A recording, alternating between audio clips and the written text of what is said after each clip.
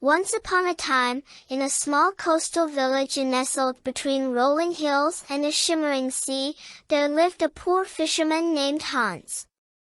Hans was a simple man, content with his modest life.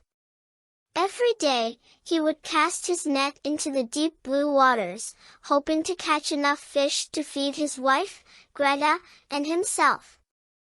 One bright and sunny morning, Hans rowed his rickety boat out to sea as usual. He cast his net, and after hours of patient waiting, he finally pulled it in.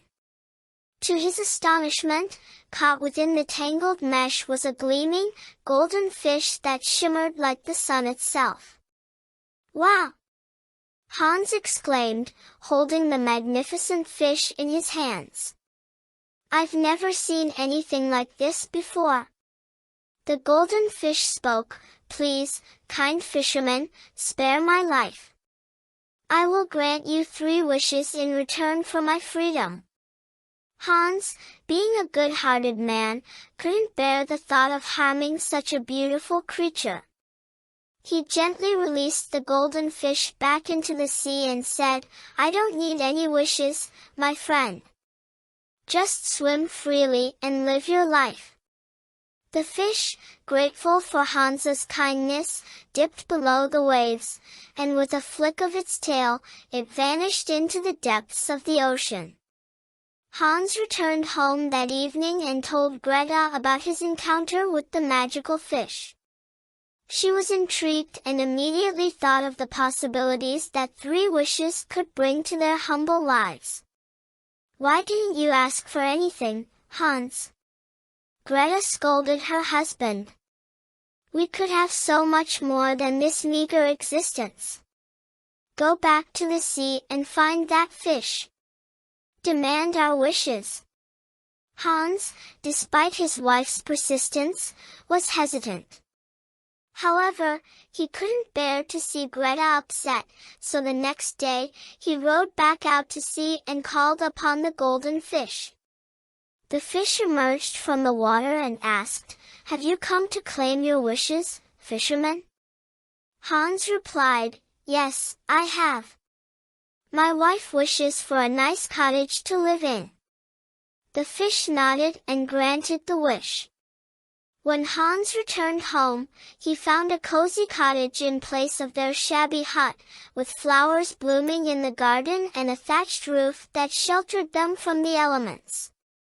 Greta was delighted with their newfound comfort, but she couldn't help but desire more.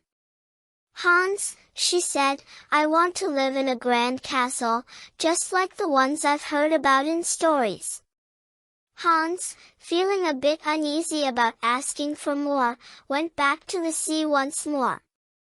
The golden fish appeared and granted Greta's wish.